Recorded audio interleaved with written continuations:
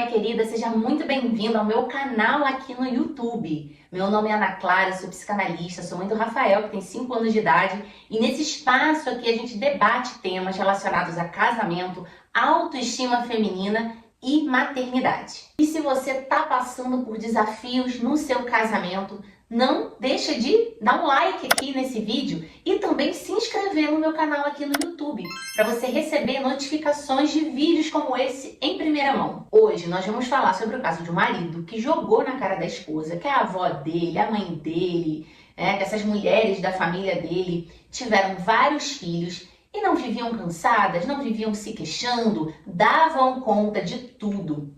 Mas será que isso é verdade mesmo? Porque isso é um discurso que vive aí no senso comum, que as mulheres de antigamente eram muito mais fortes, que elas aguentavam mais o tranco, e as mulheres de hoje em dia estão mais fracas e reclamando demais. Será que é isso mesmo? Vamos discutir isso nesse vídeo. Fica comigo até o final. Roda a vinheta.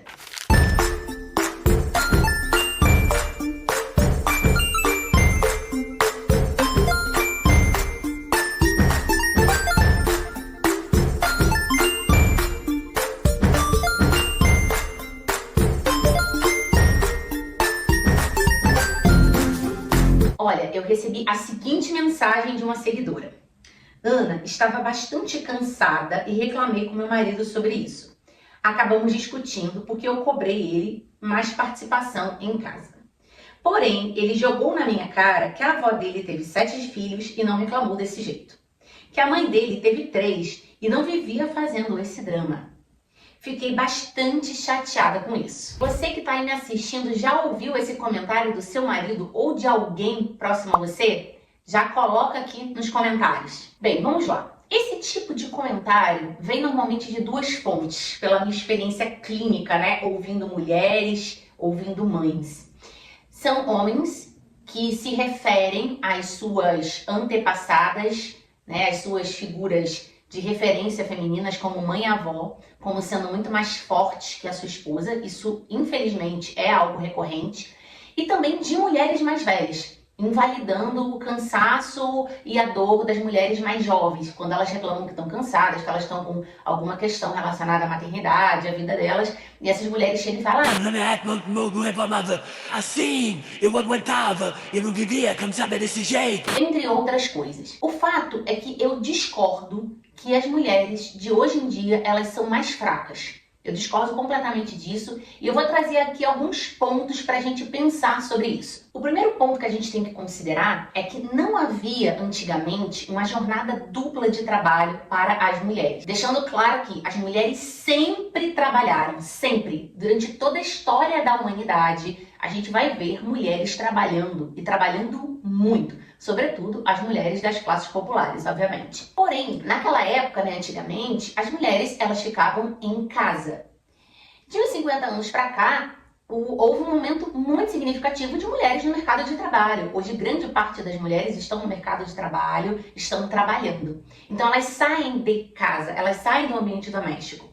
E elas ficam suscetíveis aos estressores sociais que a gente tem no nosso mundo contemporâneo, que é o trânsito, que é o transporte lotado, entre muitas outras coisas. Tem muita gente que passa 3, 4 horas do seu dia dentro de transporte público, pessoas que moram longe do seu ambiente de trabalho e que por conta de trânsito passam horas dentro do transporte público, ou seja, elas perdem uma parte do dia delas só dentro do transporte público. Isso é cansativo, isso é estressante, isso faz com que o dia daquela pessoa renda muito menos. Então imagina uma mãe que acorda cedo, precisa dar conta de algumas tarefas domésticas, de cuidado com os filhos, vai para o trabalho, passa por todas essas questões fora de casa, depois ela volta para casa depois de horas e quando ela chega em casa ela precisa ainda lidar com a carga doméstica, porque a gente sabe, não é o foco aqui desse vídeo discutir essa questão das cargas, mas a carga doméstica, mental, emocional, tá ainda, na maior parte das vezes, em cima das mulheres. Então, elas têm uma jornada dupla de trabalho. Elas trabalham fora e elas trabalham muito dentro de casa também. Então, essas relações de trabalho, elas se modificaram muito da época passada para o hoje. O segundo ponto que a gente precisa trazer aqui é essa questão da rede de apoio comunitária. Antigamente, a gente tinha uma rede de apoio comunitária muito atuante. A vizinhança era muito conectada. Havia uma rede de relacionamento ali entre as pessoas que moravam próximas. Então, uns olhavam os filhos dos outros, uma vizinha cozinhava para outra, existia essa ideia de comunidade que foi se perdendo nas últimas décadas. Hoje, muitas vezes, a gente mora num prédio e a gente não sabe quem é o nosso vizinho do lado, a gente não sabe nem o nome dele. Isso é muito comum. Então, as famílias elas foram se isolando em núcleos familiares ali, dentro das suas casas, dos seus apartamentos, e não contando mais com tanta ajuda das pessoas ao redor. Isso, obviamente, tem um impacto muito significativo no cansaço da mulher dos dias de hoje, porque ela não pode mais contar com essa ajuda intensa das pessoas ao redor. Um terceiro ponto que ninguém comenta, mas que é uma verdade, é que antigamente os mais velhos cuidavam dos mais novos. Os filhos mais velhos cuidavam dos filhos mais novos. Então, famílias muito numerosas, com 7, 8, 10, 12 filhos, era muito comum que esses filhos mais velhos se responsabilizassem pelos menores. Eles cuidavam, eles davam comida, eles trocavam fralda, eles olhavam. Então, a própria mãe, dentro daquelas circunstâncias, fazia com que seus próprios filhos fossem ali a sua rede de apoio. Hoje em dia, as pessoas estão tendo menos filhos e colocar o filho mais velho para se responsabilizar pelo mais novo não é algo tão usual mais, até por conta de todo o avanço que a gente teve em termos de legislação e de consciência sobre a infância, sobre se preservar a infância. Então, isso se modificou radicalmente. Um quarto ponto, a questão da representatividade paterna. Antigamente, os homens, eles não participavam tanto das tarefas da casa, obviamente, existia aquela ideia de que o homem era apenas provedor, então ele saía para trabalhar, ele trazia o recurso financeiro para dentro de casa e a mulher que dava conta de toda a parte doméstica. Esse homem era servido. Porém, tem um ponto interessante aí. Esse homem, mesmo ausente, ele tinha um poder moral muito grande dentro daquele ambiente familiar. Era muito comum a criança fazer uma determinada travessura, uma besteira, e a mãe falar assim: olha, eu vou contar pro seu pai. Isso era motivo de terror. A criança entrava em pânico, porque o pai era aquela figura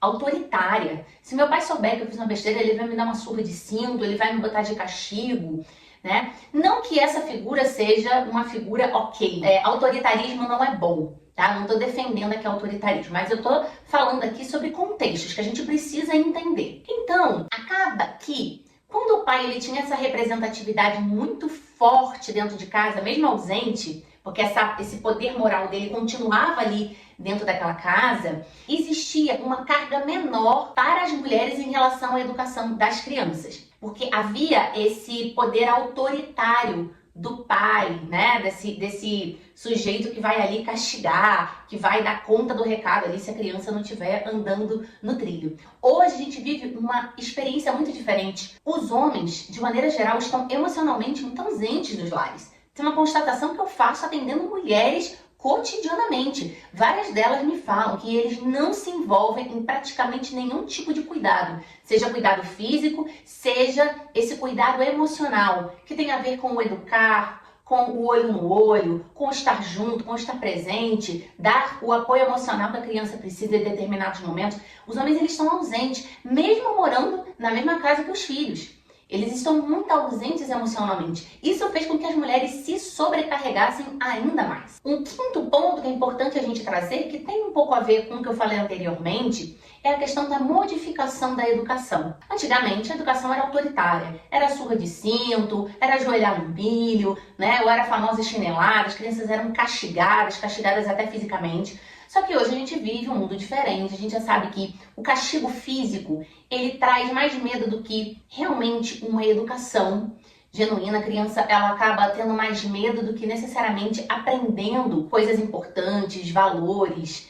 Então, a maior parte dos pais hoje modificou essa maneira de educar, né? Essa maneira tão autoritária de educar para uma educação mais baseada no diálogo, na conversa, uma maneira mais gentil de educar. E isso, gente, sobrecarrega, tá?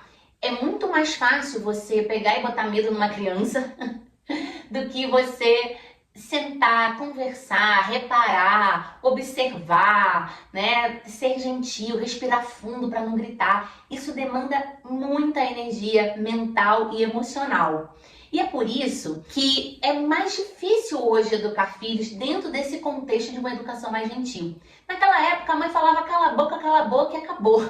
Não tinha tanto esse, vamos dizer assim, esse malemolation emocional pra gente educar os nossos filhos de uma maneira menos violenta, tanto verbalmente quanto fisicamente. Isso demanda mais das mães, isso é mais estressante, é mais cansativo, exige da gente muito mais energia. E um sexto ponto que é muito óbvio, que a gente fala muito sobre isso. Hoje, as mulheres podem falar mais sobre os seus sentimentos. Antigamente, as mulheres não tinham essa vez e essa voz. Hoje a gente fala, apesar de ainda ter julgamentos como esse que a gente está aqui discutindo, mas a gente já tem um pouco mais de liberdade para falar o que nos dói, aquilo que não tá bom, como a gente está cansada. A gente tem pontos de acolhimento em relação a esse assunto. As mulheres antigamente não tinham, elas tinham que engolir realmente toda a frustração, todo o medo, toda a raiva, tinham que engolir sapo, ficar de bico fechado e aguentar, porque elas não tinham outra escolha. E essa sensação que muitas pessoas têm, que a mãe estava ali de boa, que a mãe não reclamava, que a mãe vivia aquela maternidade plena, muitas vezes é uma realidade distorcida. Às vezes a mãe sofreu sim, só que ela blindou os filhos, ela não ficava falando isso, né? Você não vai ficar falando isso pro seu filho de 3, 4 anos. Nossa, como a maternidade tá estressante, como seu pai é meu filho, como as pessoas me criticam, como eu me sinto presa dentro dessa casa. As mães não iam falar, mas uma mãe que tem um mínimo de saúde mental, né?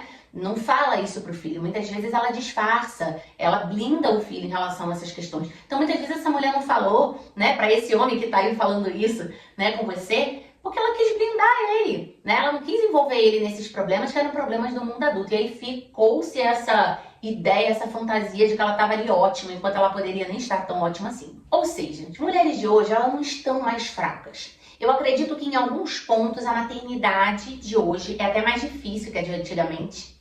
Em outros pontos, eu acho que a maternidade de hoje tem mais facilidades do que a maternidade de antigamente. Mas nós podemos dizer que em todas as épocas, acredito que a maternidade tenha sido uma tarefa sempre muito difícil. Ou seja, minha querida, a questão aqui é que seu marido não quer que você reclame como fizeram as mulheres das gerações passadas dele. É só isso. Porém, aqui você já está munida de todos os argumentos para poder defender o seu ponto com ele. E se você se identificou com essa situação ou está passando por um momento muito crítico no seu casamento, você está aí diante de um relacionamento ruim, quebrado, mas ao mesmo tempo você ainda está na dúvida se você vai, se você fica nessa relação, eu te convido a participar da minha comunidade Travessia Feminina. Lá toda a semana eu coloco aulas exclusivas com temas relacionados a casamento.